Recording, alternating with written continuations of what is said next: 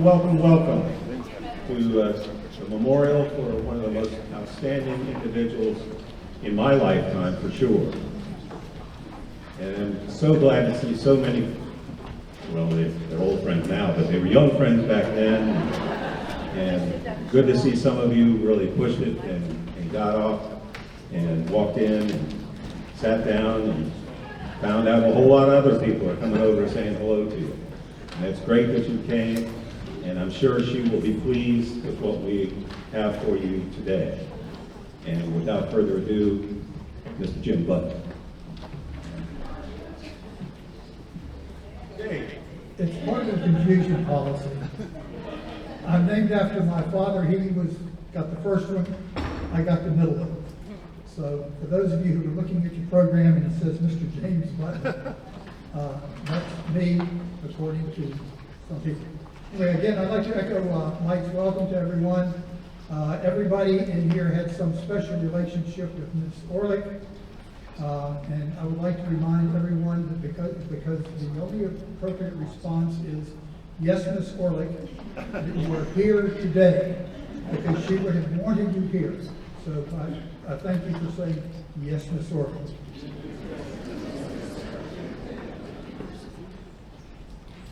Okay, Dave. I'm a middle guy too. My father was one of my middle names.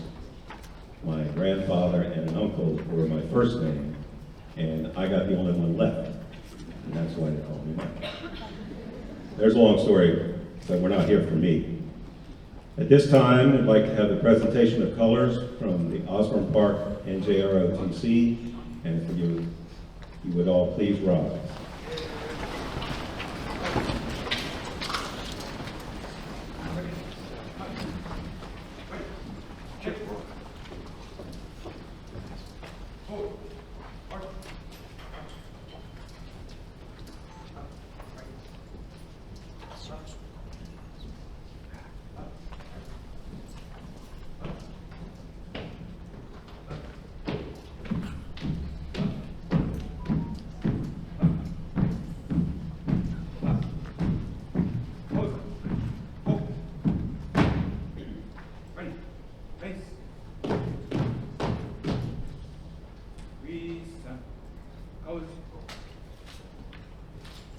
I pledge allegiance to the flag of the United States of America and to the republic for which it stands, one nation, under God, indivisible, with liberty and justice for all.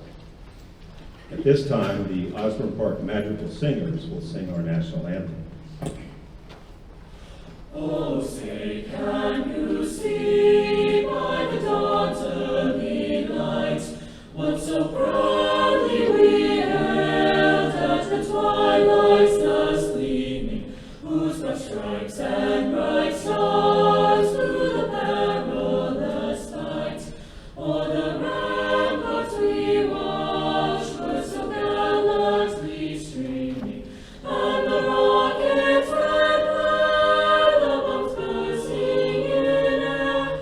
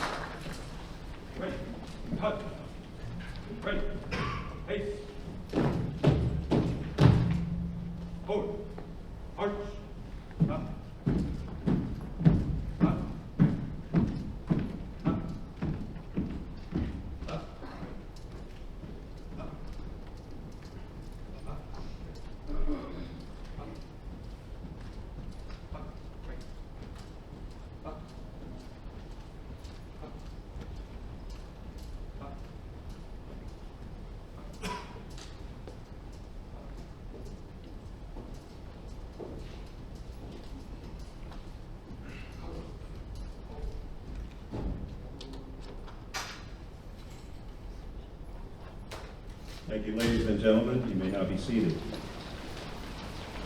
It gives me a great deal of pleasure to introduce the OP Chamber Orchestra and the Madrigals, who will lead us all, or at least all that remember, the alma mater.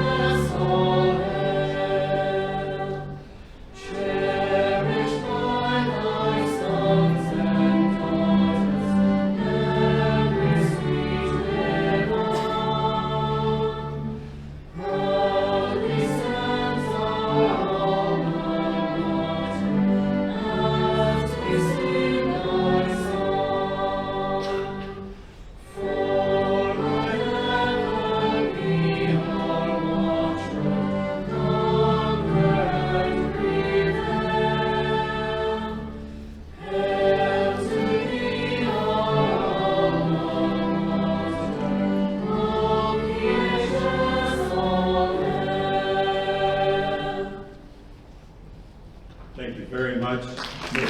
Orlich and Lillian.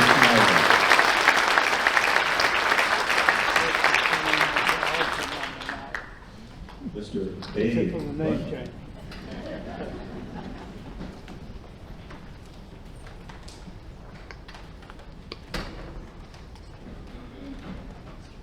Years ago, Miss Orlich asked Mike and me to speak at her memorial ceremony.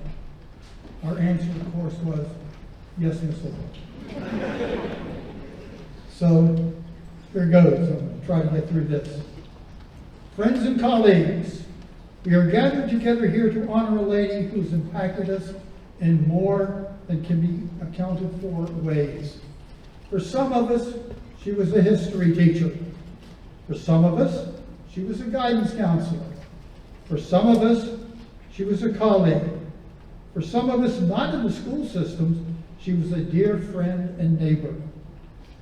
But for all of us, she was Miss Orlich, a lady who earned our respect and admiration for 70 years in the school business, who impacted thousands of young people, some of whom today are not so young, who served as either a mentor or confidant to other teachers and administrators, and who provided to all who knew her a model of a caring person. On a personal note, I met Miss Orlich in the summer of 1979 when I was given a position on the GT staff in accounting. Shortly after meeting Miss Orlich, I observed that the well-being of her students was her #1 priority. Most of us that taught at OP remember the weekly scholarship and opportunities newsletter, The Money Tree, that she had produced. We each got a copy to post in our classroom. And as I recall, we were supposed to point it out to our students, to which we gave the only acceptable response, yes, Miss Orlich. On another personal note, it was through this newsletter that both my children found out about available scholarships. This past Tuesday at lunch, my daughter commented that Miss Orlich did more for her getting into Mary Washington College than her own guidance counselor did. My daughter did not attend OP, but rather attended a nearby high school. I will not tell you which way to throw the rock when you go out the front door. But you can rest assured that a southpaw will do it much better. The legends of Miss Orlich are without number. I fondly remember her telling us how she was introduced in the early 1950s to the faculty. I'll not repeat it, but let us say that it had to do with her being from New York. Manassas in 1953 was not a place to be from New York. Another story that Dr. Healy can tell better is after the rekeying of the school, Miss Orlich had not been issued her Grand Master. Ask him about it. He'll be up here later. You see, Miss Orlich truly opened the building, getting here between 4 and 5 o'clock in the morning. She did this to get the paperwork done so she could spend the rest of the day working with the kids, her number one priority. In her last days at Caton Merchant House, Commonwealth Senior Living Facility now, if the weather was cooperating, she could be found sitting in the garden in front of the building with her dear friend, Mrs. Joan Wilson. If the weather was not cooperating, she was ever the gracious hostess in her room. With her passing, the world has lost a great lady. Her passing will not be publicized as much as many of far greater international fame, but the impact that she made on thousands of people whom she influenced will go on for at least 2 more generations. We will all miss Miss Orlich, but she will never be forgotten by those of us who knew and loved her. To end in somewhat lighter note, when she gets to the pearly gates, St. Peter won't have to open the gates because Miss Orlich will already have the key. Right, Dr. Healy?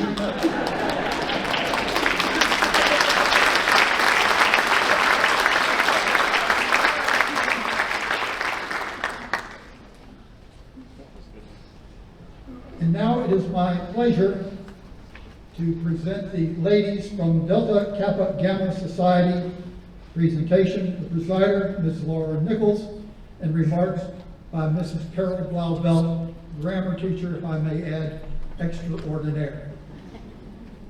Ladies, will you come to the podium?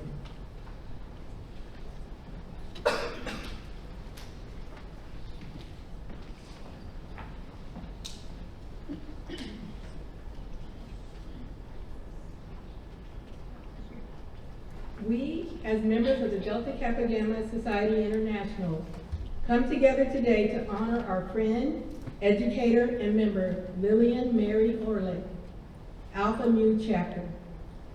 During her lifetime, she was all the society represents. A key woman educator, she performed her educational task with enthusiasm and dedication. Whatever she attempted, she carried through responsibly. She sought to enrich the lives of those she taught or counseled and those with whom she worked. Intellectual and professional growth were her constant goals. Now I would like to introduce Carol Blauvelt, Executive Board Member, Editor, and Historian for Alpha Mu Chapter.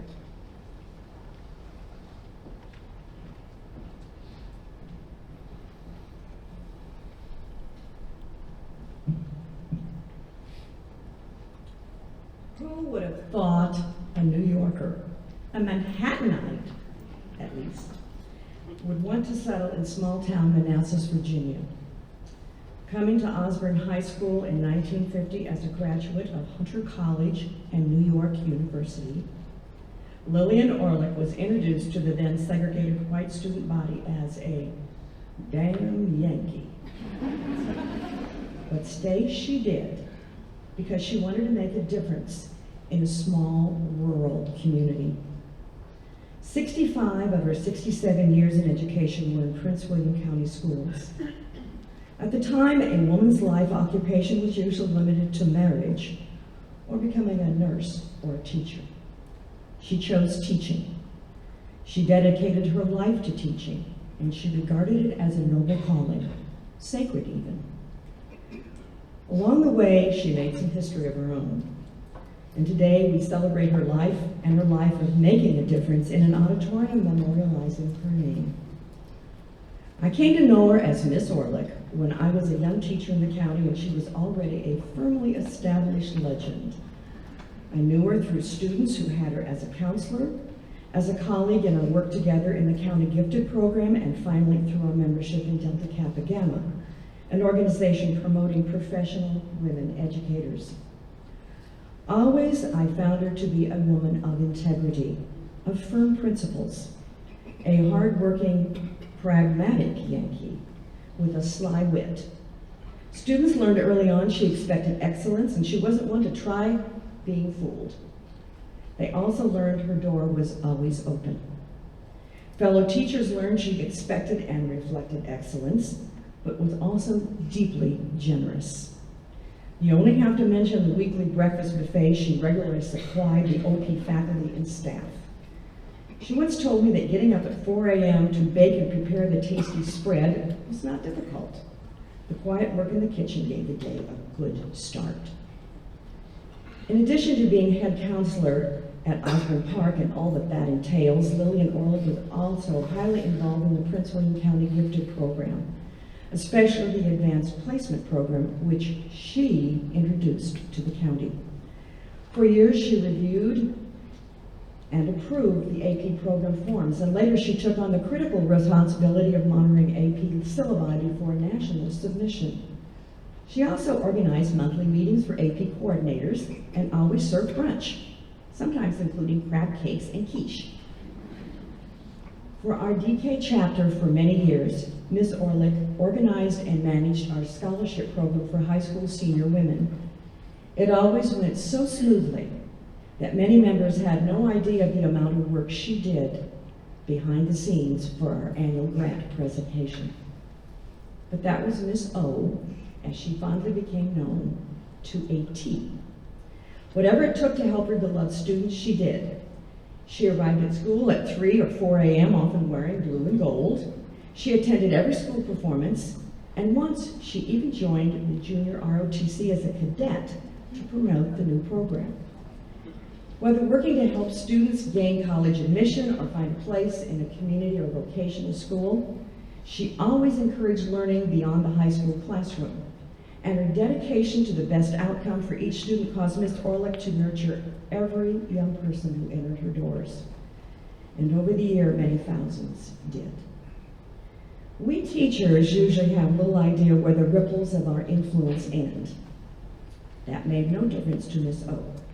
The work she so indefatigably did until her retirement, after a remarkable 6 decades in education, was not for glory, was not for recognition. It was for her students and for their well-being.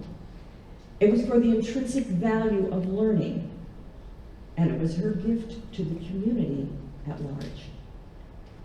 After all that time in education, official retirement was not always an easy step for her, and she entered it reluctantly. However, a smile comes to my lip every time I remember the last time I visited her at Caton Merchant Home. I found her alone with an elderly gentleman in a reception room. They were chatting and laughing together and enjoying each other's company. I even glimpsed a bit of flirting. With a twinkle in her eye, she greeted me by name, generous and welcoming. Emily Dickinson, another woman of similar perseverance and also a Northeasterner, wrote a famous poem that remarkably seems to me now to be the voice of Miss Lillian speaking to us. Because I could not stop for death, he kindly stopped for me. The carriage held but just ourselves and immortality. We slowly drove, he knew no haste, and I had put away my labor and my leisure too for his civility. We passed the school where children strove. We passed the fields of gazing grain. We passed the setting sun, or rather, he passed us. Since then, 'tis centuries, and yet feels shorter than the day I first surmised the horses' heads were toward eternity. Lillian Orlich has now been welcomed into eternity, but this place, Manassas, Virginia, her adopted home, is so much the richer for her choice so many years ago. Generations of youth and indeed all of us who knew her, have been touched by her and her life's dedication. How fortunate we are that the ripples of her influence indelibly remain as her final gift.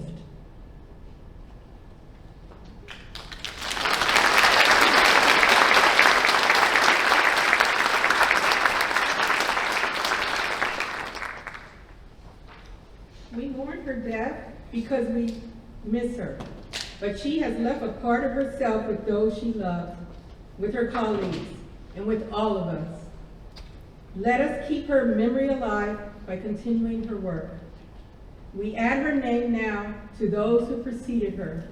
We place this rose to commit her memory to us forever.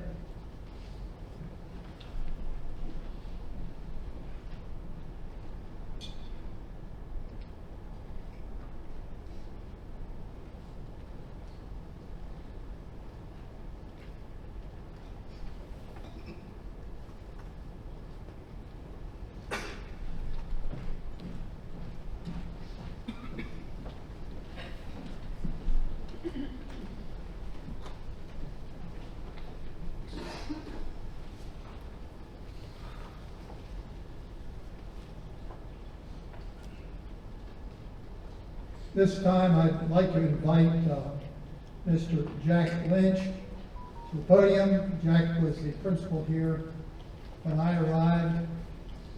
He hired me anyway.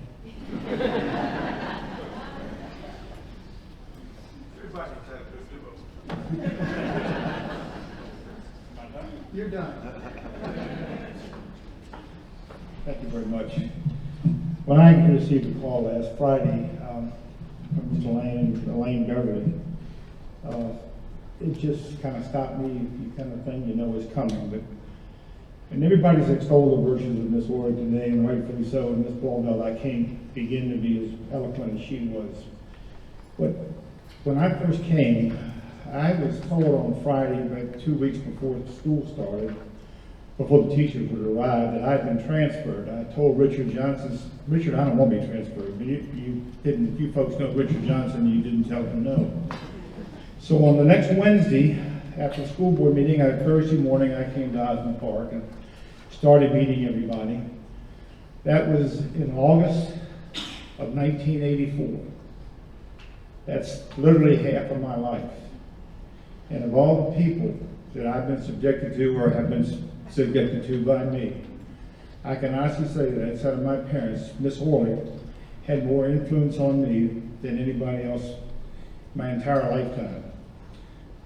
When I first met her, and she said, "Oh, how are you? Very nice to meet you. Where are you from?" And I told her I'd been transferred from Stonewall Middle School, and that seemed to jar her a little bit. And then she had this look on her face and, "Oh Lord, they sent me a project." Well, indeed they did. But that lady was the most authentic human being that I've ever known. And many times I've just been so envious of Miss Orlich because she knew from everything I've experienced, everything she said, everything I've read since her passing. She said she came out of the womb and her mom knew she was going to be a teacher. And she was the most caring, authentic, driven person I've ever met. But that was coupled in a very, very rare way by the most professional and human person that I ever met. She would always tell you the truth. You may not like it, but it was always gauged in a way that you certainly could accept it. Not because you liked it, but because Miss Orlich said it. I've spoken to 6 or 8 people as we come up during the day. I think many of us said the same thing I said. I grew up literally at Osmond Park High School. And it was Miss Orlich, it was Art Payne, there were several people in this audience that taught me in many respects how to be a man, how to do what I needed to do. And one thing that was always hanging over my head was, what would Miss Orlich think? That sounds silly, it sounds made up, but it's not. And many, many times, my office was about 100 feet from hers, and she was sitting there, and as someone has alluded to earlier, the door was always open. And she was here at dark 30, and many times she bought baked goods, and every now and then all of us got a piece of those. But she always had one focus, and that was the students. And the students always came first in every decision that she made, everything she was involved with, every activity she attended was done in that vein. But there was times that she let her guard down, because I guess it's because I kind of never was accused of being wrapped real tight. But she, we came in, we went through several different years here. One of them was, one year we lost between April 1st and the end of the year, 6 of our students tragically died. And this staff, and Ms. Orlich was a leader in that, and the compassion in dealing with our students and dealing with the grief that we had, it was just amazing. And I have to believe in my heart, mind, body, and soul that everyone in this room and worked through these issues that every school works through all the time were following Ms. Orlich's lead, whether they knew it or not. There was always that standard that she set, that you never, at least for me, and I know from everyone who knew the lady, you did not want to disappoint Ms. Orlich. But there's a few little stories I'll tell with side notes that I'll tell you, but I don't want to lose the fact that it's way, way more than all the thousands and literally thousands of students that she influenced. She has, I don't think she ever knew, and I wish I had time to tell her how much she meant to me as a person, how I deal with other people, how I approach my job, how I approach my own children, how I approach my life. And I think there's several more people in this room could nod their heads and say the same thing. But on the light side, Ms. Orlich knew that I had developed an affinity for Werther's, the little candies. So whenever she had a problem with me, and believe me, we had a few, I would get a bag of Werther's in my mailbox, and within 15, 20, 30 minutes, or at least during that day here, she would show up. On my mama's grave to this day, in my nightstand, next to my bed, I have my Werther's. And my wife Nora will say, hey, I'm going to the store today, do you need anything? And I say, yeah, get me a bag of Miss O's. I still call the Werther's Miss O's. And every time I put one in my mouth, I thank them. The other time, and I was so happy and pleased when we greeted at the door by the ROTC guys and ladies, and in the year before I left, Hilton was opening. One year we de-staffed 66 teachers. The next year we de-staffed 23 teachers. And it was literally the worst time in my professional life. And the person that guided me through that, and the staff that supported us through it, because you're literally telling people in their minds you don't want them anymore, which of course wasn't the case. But during that period, I can't tell you how many, probably hours Miss Orlich spent with me. But when she started, she said, what's, this is getting to you, isn't it? I said, yeah, it's getting to me. I mean, every day I'm coming in here telling folks to go away. She said, Mr. Lynch, and it was never Jack, it was like everybody else, you need to put your big boy pants on. Now that is not Orlichian, but it fixed in my mind, I'll never forget it. The other thing that as we were going through that time, we were losing students, and we were bleeding students. We went from making 2,800 kids down to like 1,400, and site-based management time, the money followed the students. So I'm looking for ways, and we're scrambling on the planning council, and Miss Orlich, as everyone has said, she was a vibrant member of anything that affected this school and her students. So I came up, we did some research, what programs, we couldn't really expand the programs because we didn't have the money to do that. So one of the things I looked at, a couple of schools that had ROTC programs, but there was no Navy ROTC program. So in the planning council, we were pushing that, trying to say, okay, what you need to do. And the military services, they will provide the instructors, they'll provide the equipment, so it was not a budgetary thing. And I've always believed in the fact that kids are happier in school when they have something to identify with, whether it's forensic, band, music, or in this case, ROTC. And Miss Orlich was always an academician, and she always, academics came first. That was the thing. She was striving to get the most out of all of us. And she questioned me on the side, never in planning, do we really want to do this if we're going to spend money? And I assured her there was no money involved. And she didn't acquiesce because Miss Orlich didn't know how to acquiesce. Sometimes she went along, but she didn't acquiesce. I came back a couple years later. They kicked me upstairs by then, and I come back to school and I'm walking in the hall, and lo and behold, there's this gracefully aging lady in an ROTC uniform. I guess she told me on Thursday or something.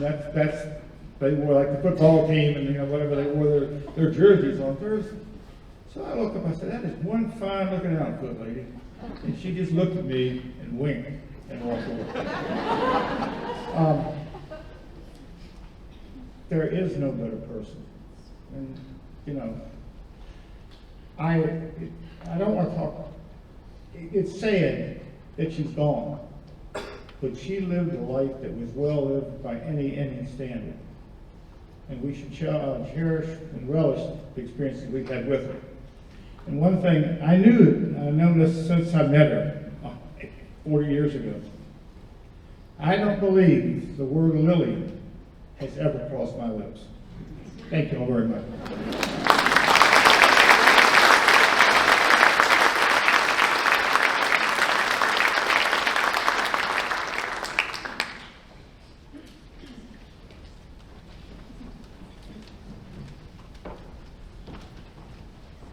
At this time, the anthem, "I Would Be True," which was requested by Ms. Orlich, will be presented.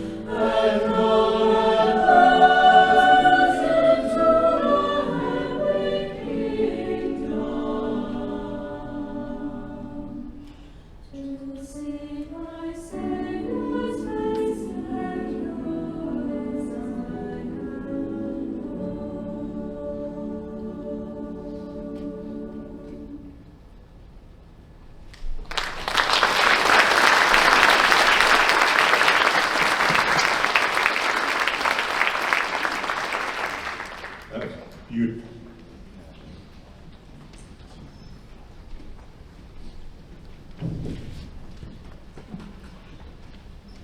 I could say a few words before we introduce the next couple of speakers.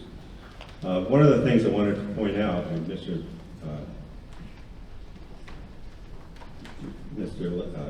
Keith wanted me to make everyone know, is that there's one seat in the auditorium down here, that's seat 107B. That seat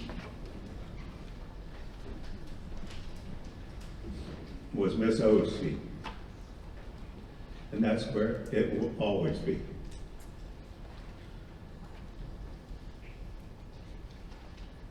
Several people have already said that Ms. Orlich got here at dark 30 or 7 o'clock in the morning, or 4 o'clock in the morning, and nobody mentioned the time that she was the only one in the building when some guy broke into the building.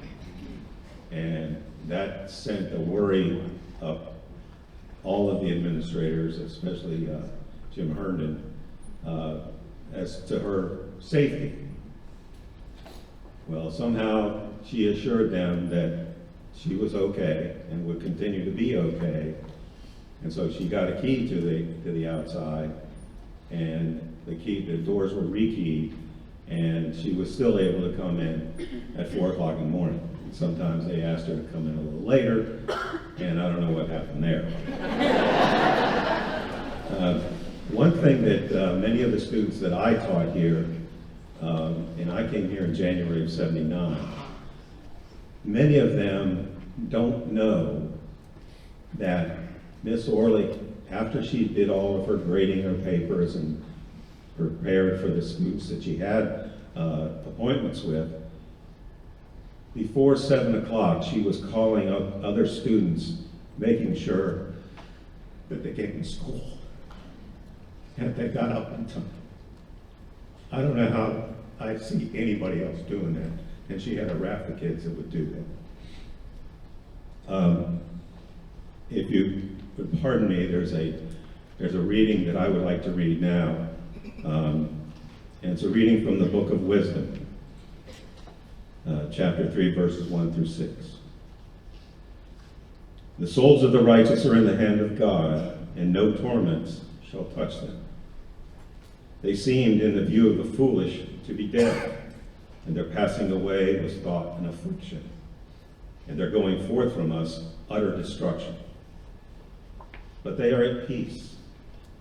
For if to others, indeed, they seem punished, yet is their hope of full immortality. Chastised a little, they shall be greatly blessed, because God tried them and found them worthy of himself. As gold in the furnace, he proved them, and as sacrificial offerings, he took them to himself. That smile is there. When I first came to Osborne Park High School, I was introduced to the guidance staff, because they were literally across the hall from where my classroom was. And as soon as I met Miss O, I knew that this was a lady who I had to be very proper to in the way that my grandmother taught me how to treat people. And it's forever to my benefit that I follow my own grandmother's guidance in that respect. She founded the scholarship committee, which after a couple of years, she named me the chairman. But she didn't say no to Miss O. And likely a lot of students who have passed through here since that committee came to be, many of them might not have gotten a scholarship if there were no scholarship committee. And it was a great time, it was a wonderful time for kids to learn and to find out what it was like to actually do the work to get a scholarship. She also, in my viewpoint at the beginning, seemed like she was all about the academic students, and that's fine. All about getting students to college, and that's fine.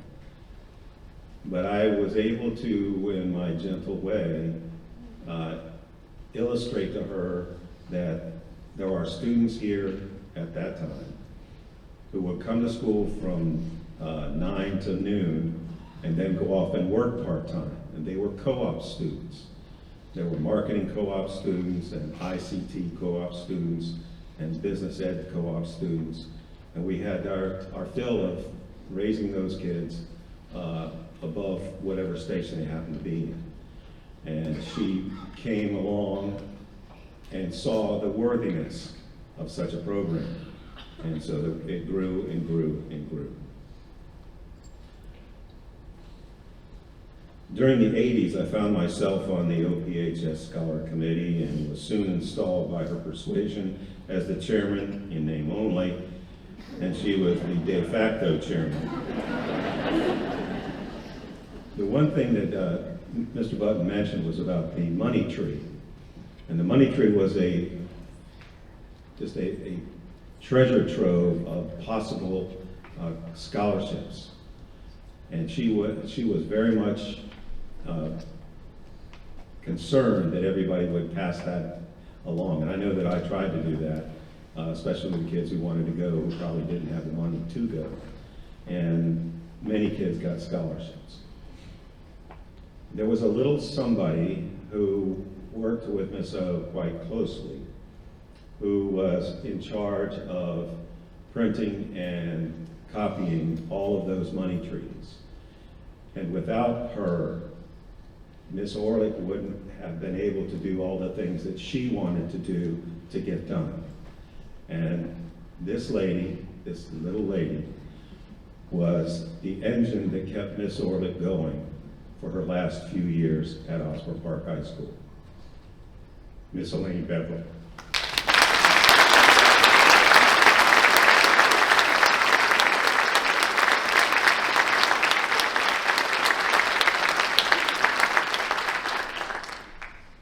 It's not lost on me that we're having this thing on St. Patrick's Day.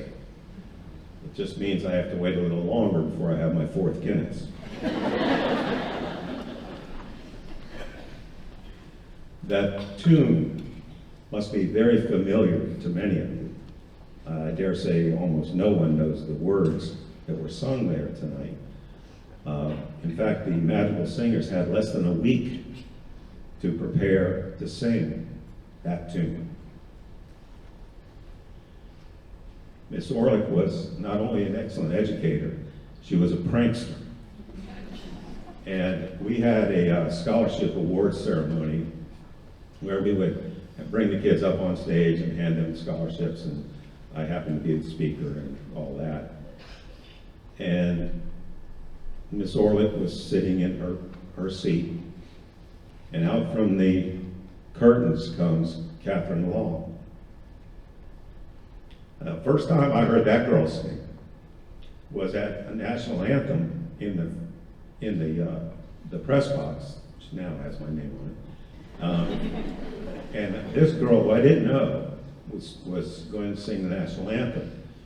And you don't often get chills unless it's something spectacular.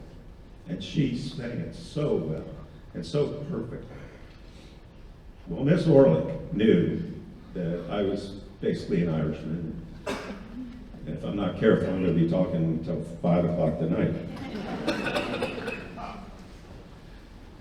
Catherine Long came out and started singing Danny Boy. I lost it.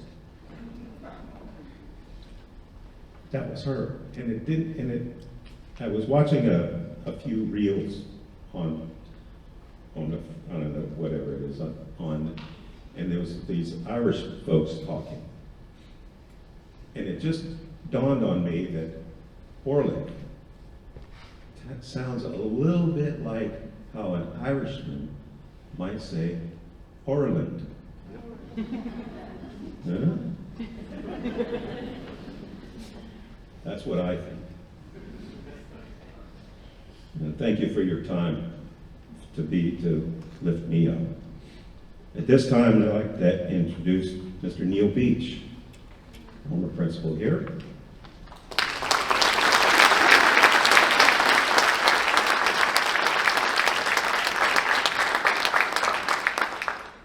I'm a novice. I only knew Miss Orlich for 17 years.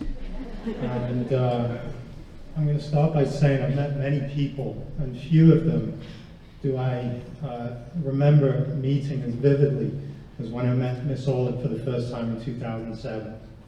I met her in the Career Centre just down the hallway from here, and I remember walking past the money tree, her money tree, and some themes developing here. I remember the miniature grandfather clock, the one that she used to place a tape recorder next to and play the fight song before graduation. I remember the memorabilia along the hallway, including a picture of her in a full ROTC uniform. Again, a theme developing here. And I remember the baked goods. The baked goods were involved in the meeting. During the meeting, I sat at her table. She was wearing a blue dress and a yellow cardigan, and she introduced herself as Miss Orlich. She asked me my name. I responded with Neil. Not acceptable. She asked me for my last name. I said, Beach. She said, nice to meet you, Mr. Beach. And she grinned. I remember Miss Hubbard taking a moment to explain how important it was to have Miss Orlich in the room. She was our early warning system for the school division. When it came to AP curriculum and testing, she keeps us all organized. And Miss Hubbard had described Miss Orlich as a pioneer who was a teacher, then a school counselor, had been on the forefront of opening the door for students to experience advanced academic coursework, and that OP was a model school in this regard. Miss Orlich beamed. I got to see that smile for the first time that day. It was like a warm smile of a proud parent. When I became principal of OP in 2010, I was Mr. Lynch, naive and overwhelmed. Sound familiar? Miss Orlich provided constant support. She checked in once in a while and was eager to show the importance of our school's history to our students. A week before school began, Miss Orlich scheduled time to meet with me, and she proposed that a portrait of Miss Osborne, a former friend of Miss O's, be displayed in a more prominent place in the school. Now, I'd seen the portrait, and if I'm honest, I didn't really care for it. So I responded by letting her know that I'd run it past some folks, and I'd get back to them. I couldn't say no, but I didn't want to say yes. And Miss O was kind and thanked me for her time, my time. However, I was outmaneuvered and out-persisted by Miss Orlich. Each year, around the same time, a calendar appointment would appear, and Miss Orlich would visit to revisit the importance of recognizing the lady the school was named after. And she'd spoken to other people who could help with the display. And she had 2 locations in mind, and they weren't used at the time. And for the next several years, the lobby greeted our guests with a beautiful portrait of Miss Osborne for the next several years. And again, I was outmaneuvered and out-persisted by Miss Orlich. She could do that to you. I know countless staff who've passed through the doors of Osborne Park benefiting from Miss O's kindness, knowledge, and support. There are dozens of us in the room today who've received a handwritten birthday card from Miss Orlich on numerous occasions. I'm sure there are even more of us who've received a note of congratulations or condolence for other significant events in our lives, and that alone is a special commitment. But that was Miss O. She wanted to connect and commit to the success of others. A Manhattan native, she loved shows and most likely attended every play and musical that was produced in this auditorium from the front row. She never missed a principal's advisory council meeting, always offering a positive anecdote when conversation started to lean towards Inquisition. She never missed a chance to celebrate kids. Many local community groups, the Roratons, the Lions Club, the Rotary Club, to which Miss Orlich was either a member or an honorary member, host annual scholarship breakfasts. And as principal, I had the honor of being a driver to these events. They were a highlight for me. I got a hot breakfast at the City Tavern, and I got to celebrate with student successes. Miss O was a local celebrity, the first guest on the list, but she was also a wonderful host. She made sure I got to meet the students and their parents, and I got to see Miss O beam with pride every time a young person's name was read in recognition, like it was the best gift she'd ever received, every time. These events, including our annual scholarship awards at the school, where Miss O would sit off stage, eagerly awaiting to discover who the committee had awarded a scholarship to, with such lovely things to witness and be part of. As educators, we're in the people business, we're in the human potential industry, And Miss O saw every challenge as an opportunity and gave each of us, young and old, a pep talk to believe in ourselves and the potential that we hold. That was her superpower. Never a bad word spoken, never a challenge too great. She inspired generations to work hard and strive for success. I've said sometimes that we collect people in our work and our private lives. I'm so grateful for the people that I've had the chance to collect personally and professionally. Many of them are in the room today. Today, though, it strikes me that Miss O isn't somebody that I collected. More, I'm somebody that she collected. Our auditorium today is full with people that she collected, a symbol of her life's work. We're the trees she planted to make the landscape more vibrant and healthy. I'm grateful to have crossed paths with Miss Orlich and been among her collection of people. So thank you, Miss Orlich, for being such a great teacher, colleague, and friend.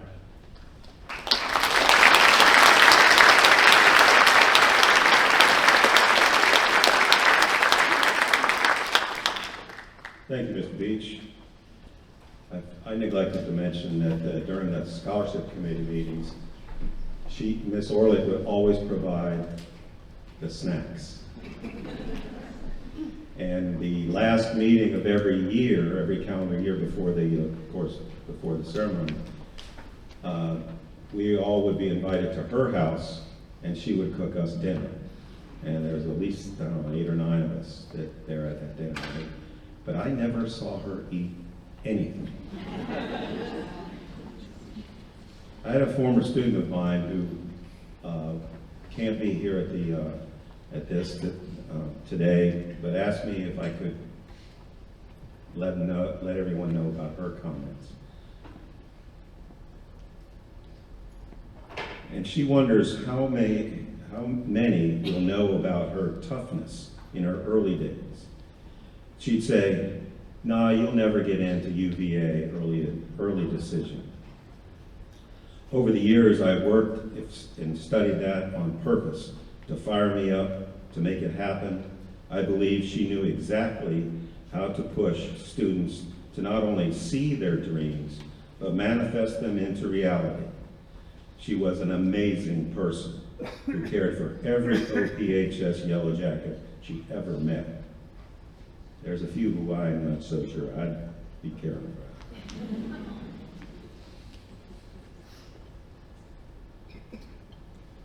At this time, it gives me a great deal of pleasure to introduce the man who retired from being a principal for a few years, the same year I retired. In fact, it was him that kept me teaching for as long as I did. Thank you very much, Mr. Tim Peake.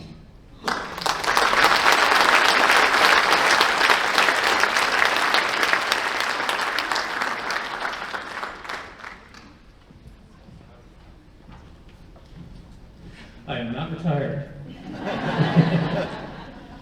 And I'm back being a principal. Good afternoon, everyone. Good to see everyone. Thank you so much for being here. It's a little hard going last because so many good stories have been shared. But they made me think through a lot of memories that I had even forgotten, like the scholarship awards night, and how she used to sit back here, and Mr. Beach was exactly right. She would sit back here, and everything was confidential. It was like the Oscars. I mean, every award was guarded secretly. I forgot all about that. The day Miss Orlich died, as I said, I'm principal of another school now, and I was handing out service pins. So for those of you who don't know, in Prince William County, we get service pins every 5 years, 5 year, 10, 15, 20, and so on. And so on that particular day, I'd gotten word earlier in the day, but then I was making my way around school to hand out some of these pins. And so I like to either, while the teacher's teaching class, go in and have the students applaud for the teacher, or if it's their staff planning their eating, I go in and make their fellow teachers applaud for them for these awards. And so I was doing that. I went into one department for a teacher who was winning her 30-year pin. And I don't know if I did this subconsciously because Ms. Orlich was on my mind, or if I was just trying to be funny, but I said, 30 years! Well, you are halfway there, halfway to retirement.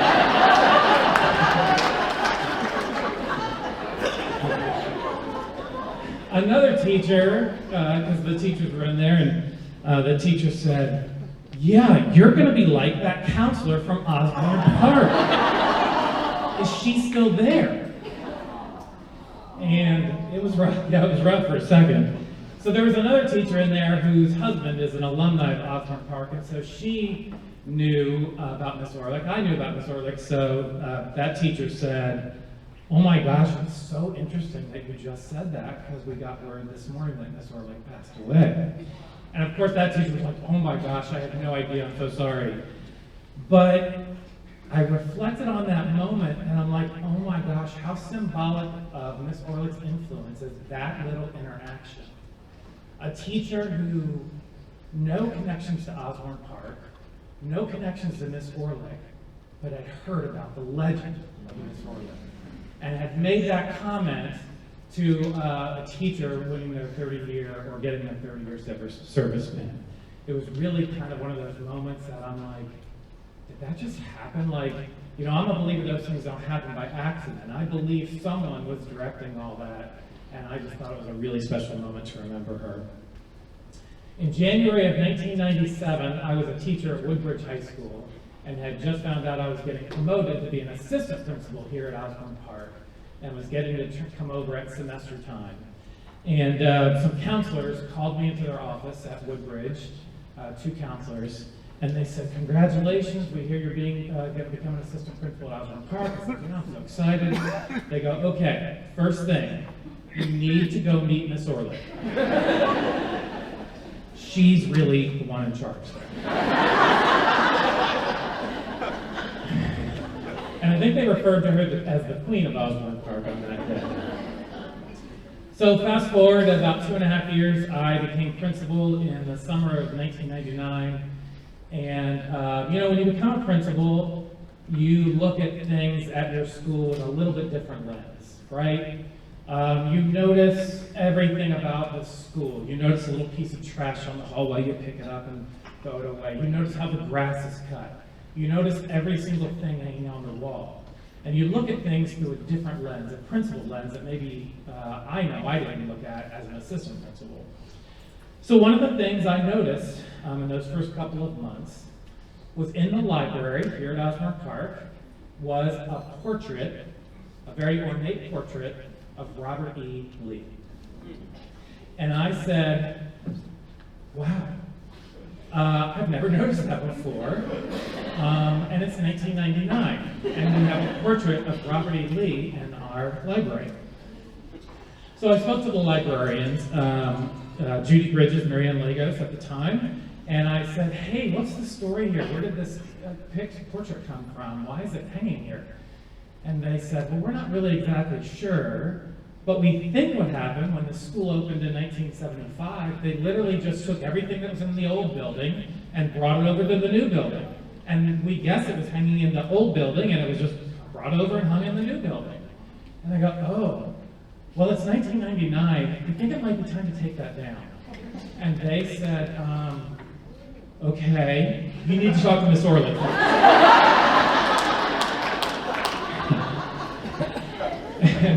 And so my stomach immediately went into knots, and I'm like, oh my gosh, I gotta talk to Miss Orlich about this.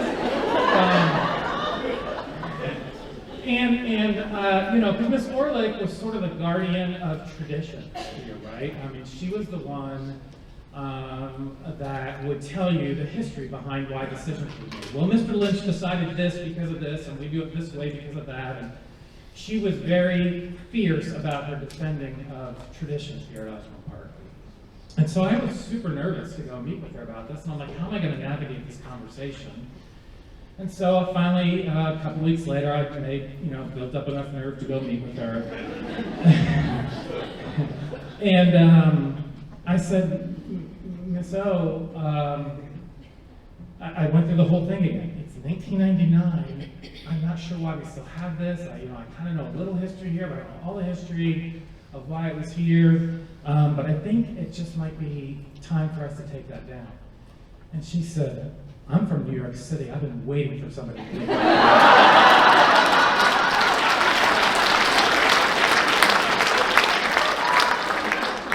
And so I said, well, should I just do it? Should I just, should I talk to somebody else? I'm a new principal. I was young in age and experience. The last thing I wanted was controversy. Like, how do I do this? How do I navigate this?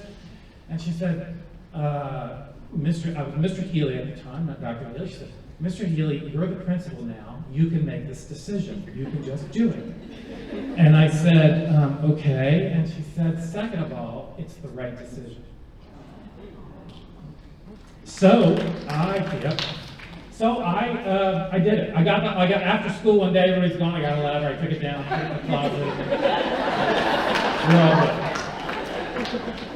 So I wanted to, everybody took my key story, was made the rounds here this afternoon, but the story on that, I told her that when we dedicated the auditorium to her in 2003, I told this story that yes, as it's been well documented, Miss O used to come in super early and open up the building.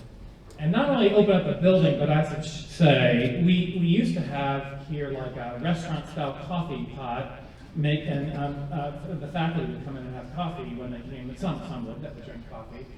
Miss Orlich would come in and make the coffee, turn on the lights. She, on Sundays, would have this spread of treats, as everybody's described. And the other thing she would do is she would start answering the phones before the secretaries got there. And so if you've not been in a school on weekends or after hours, the phones ring constantly. They're just always ringing. People think we're always here. And so the phones were ringing. She would answer the phone at 5:30, 6:30 in the morning. And I said to her, Miss O, maybe we shouldn't be answering the phone before 7. And she said, why? And I said, well, they'll think we're always here. And she said, I am always here.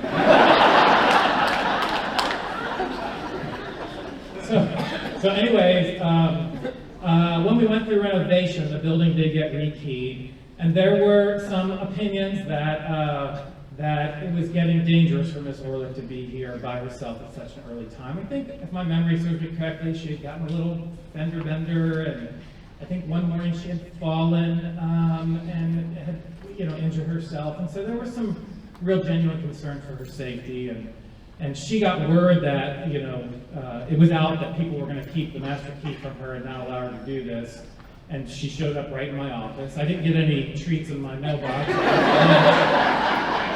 Had I known, I would have pulled that too. But so she came to meet with me and kind of passionately told me why I was important for her. And by the way, who was I? Who were we to tell her what was good for her, what was safe for her, what was not? That she was perfectly independent enough to open up the building and do this herself. And so I had some strong opinions on both sides, and finally, I think my quote was, just give her the damn key.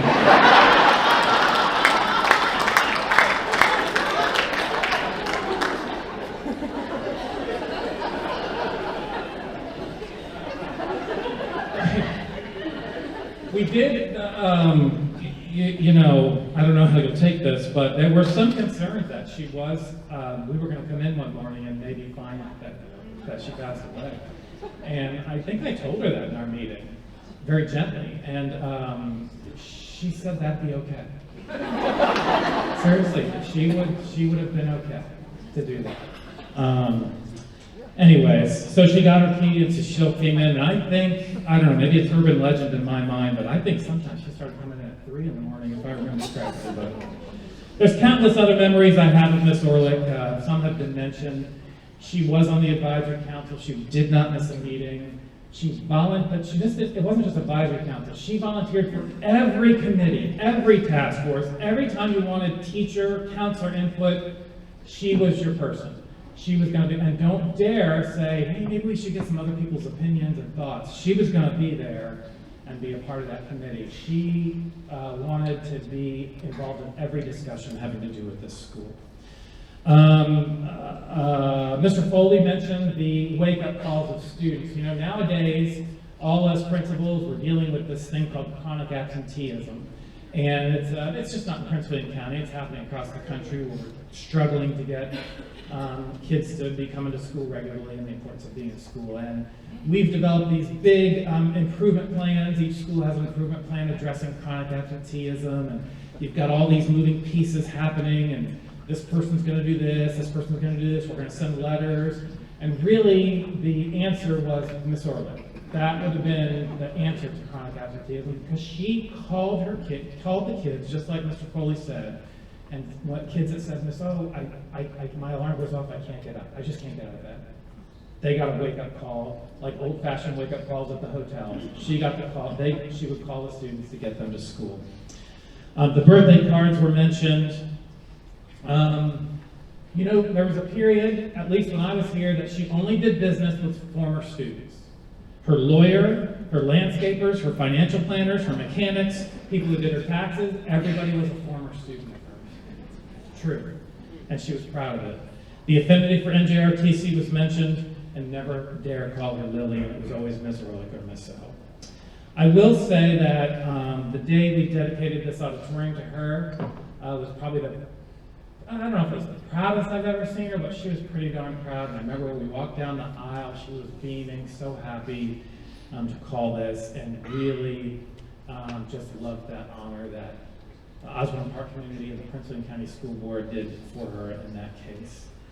And then I also think it would be remiss if I didn't mention, I wasn't around in 1975 when Osborne Park opened and all the dynamics of the school becoming Osborne Park, and then the city bringing their kids back to Osborne and Manassas Park and all those dynamics. But the one thing I remember about Miss O regarding that is she never lost the importance of this school staying connected to the Manassas community. And she did know everybody, as Neil mentioned, going to those different award breakfasts and things that we would go to. She knew everybody in the city. But that was really, really important for her, that the school not lose its roots to the city of Manassas and the importance of it. And I think always, for someone who was not a part of that, it was nice to have someone keep you grounded in that history and the importance of that history. So here's what I'll say in conclusion. It's kind of cliche in the workforce. You say, we're all replaceable, or everyone's replaceable, right? Don't get too confident because we're all replaceable.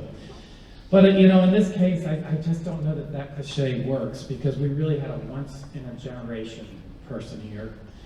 Literally a counselor for generations, grandparent, parents, kids, generational, a legend.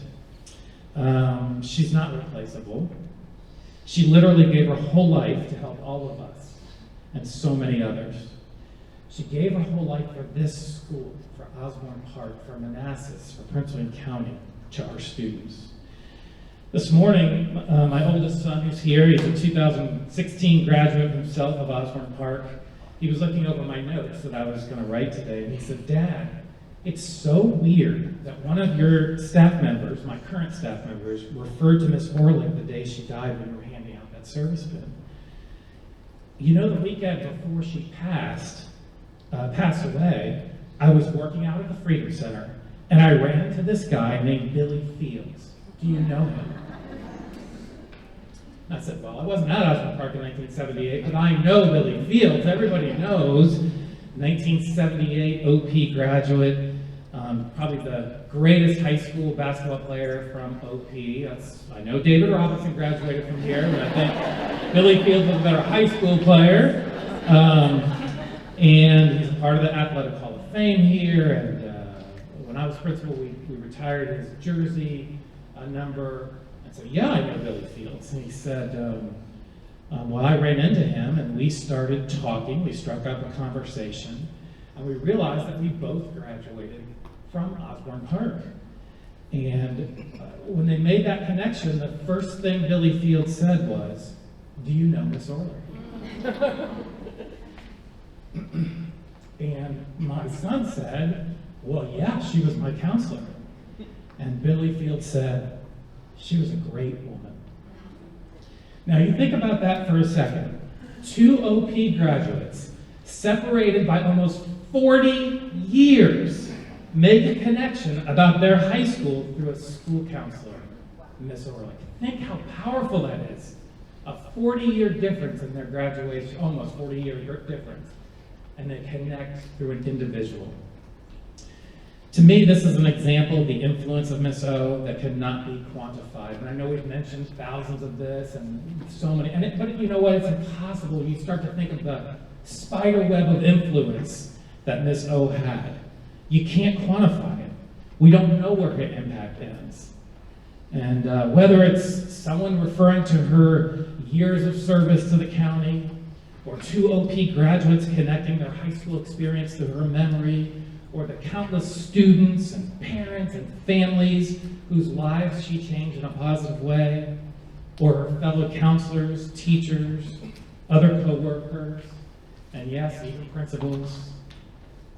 She's directly impacted by her wisdom, her work ethic, her compassion, and her honesty. She was one of a kind. The person who was really in charge of this school and the Queen of Osborne Park. Her legacy will live on through all of us. The history of Prince William County and the city of Manassas, and in this school, the school she loved and devoted her entire life to. The reality is, Billy Fields had it right. How do you encapsulate all of that except to say she was a great one? Thank you all very much.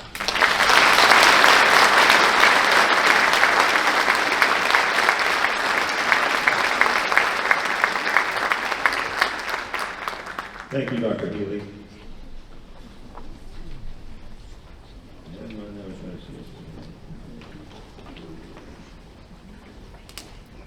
At this time, Mr. Dave Button has another announcement. Comes from being the microphone of home football teams playing off each other like this. In 2017, as most of us know, Miss Orlich retired. Let's put it this way. She stopped showing up at Osborne Park at 4 o'clock in the morning. She never retired. The Washington Post interviewed her. And now we're going to be privileged with the video of the interview that the Washington Post did for Queen of Manassas, Miss Lillian Orlich. Well, I thought I'd die on the job. I thought one morning they'd come in here and find me dead as a doornail because I'm the first one here in the morning. I thought that's how I'm going to die. But I haven't died yet, and I'm leaving.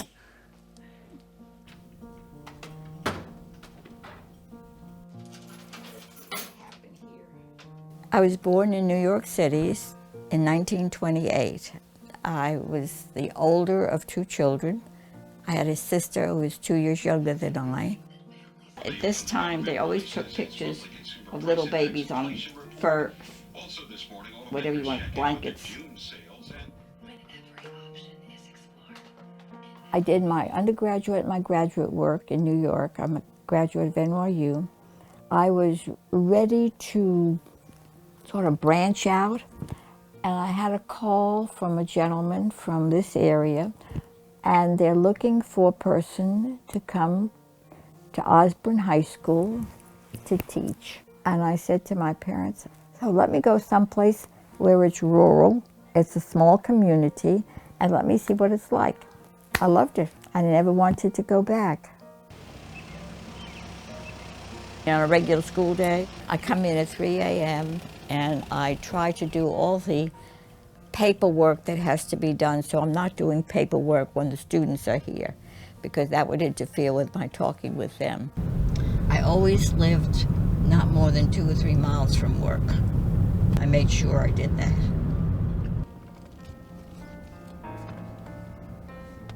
And at 6 o'clock, I've been going up front to the main office to answer the phone because the lady who's at the phone doesn't come in until 7. And then I come back at 7, and by that time the students are here. This was the original building where I taught. And this is no longer in existence. It's no longer there. When you're working with human beings, it's a fascinating because you meet so many different kinds of people with so many different ideas, and you learn. I learn about you and you learn about me, and then we learn together about the decision making that has to go on. The son of a former student is now my handyman, so he did that. I asked him to do it, Everybody that I hire or that I use, lawyer, doctor, accountant, is one of my former students. And I'm trying to, I don't want to say this because this doesn't sound right, pay back to them. I want to use them and their skills that they have learned, not necessarily under my tutelage, but in the school scene. I want to be able to use to my advantage.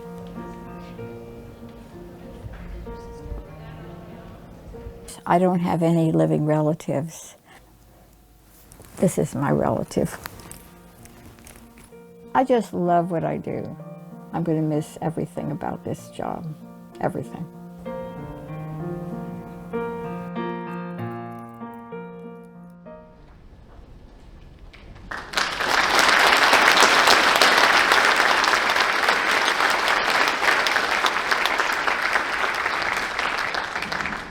There's one project here at Osborne Park High School that Miss Orlich started, and we'll soon have her in it as well.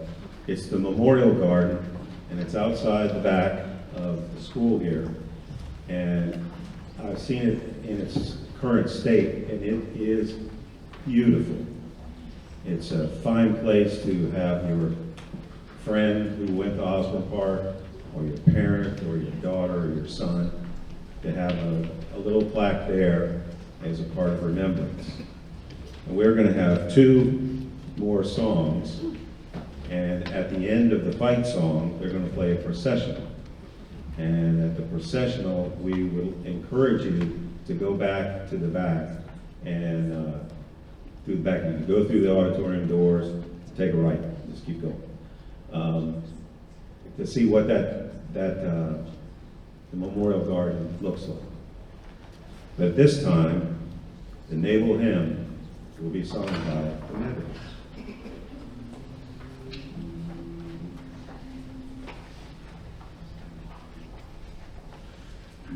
Eternal Father, strong to save, whose arm doth guard the restless wave, who bids the mighty ocean deep its own appointed limits keep.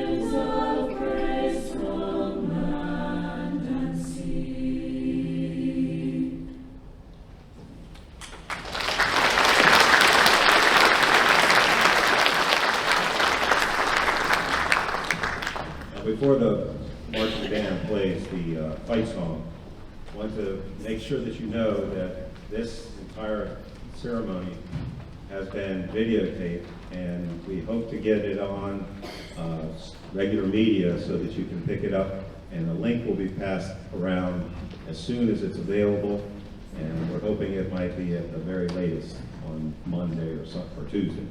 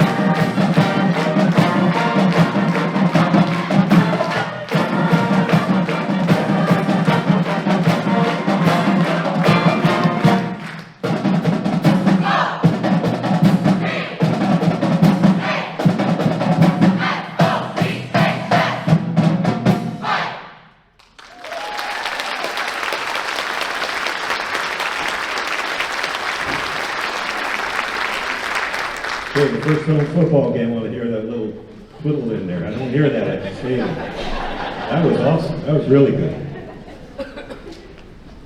Thank everyone who was able to make it today, and hope that those that weren't able to make it today will get to see what they missed.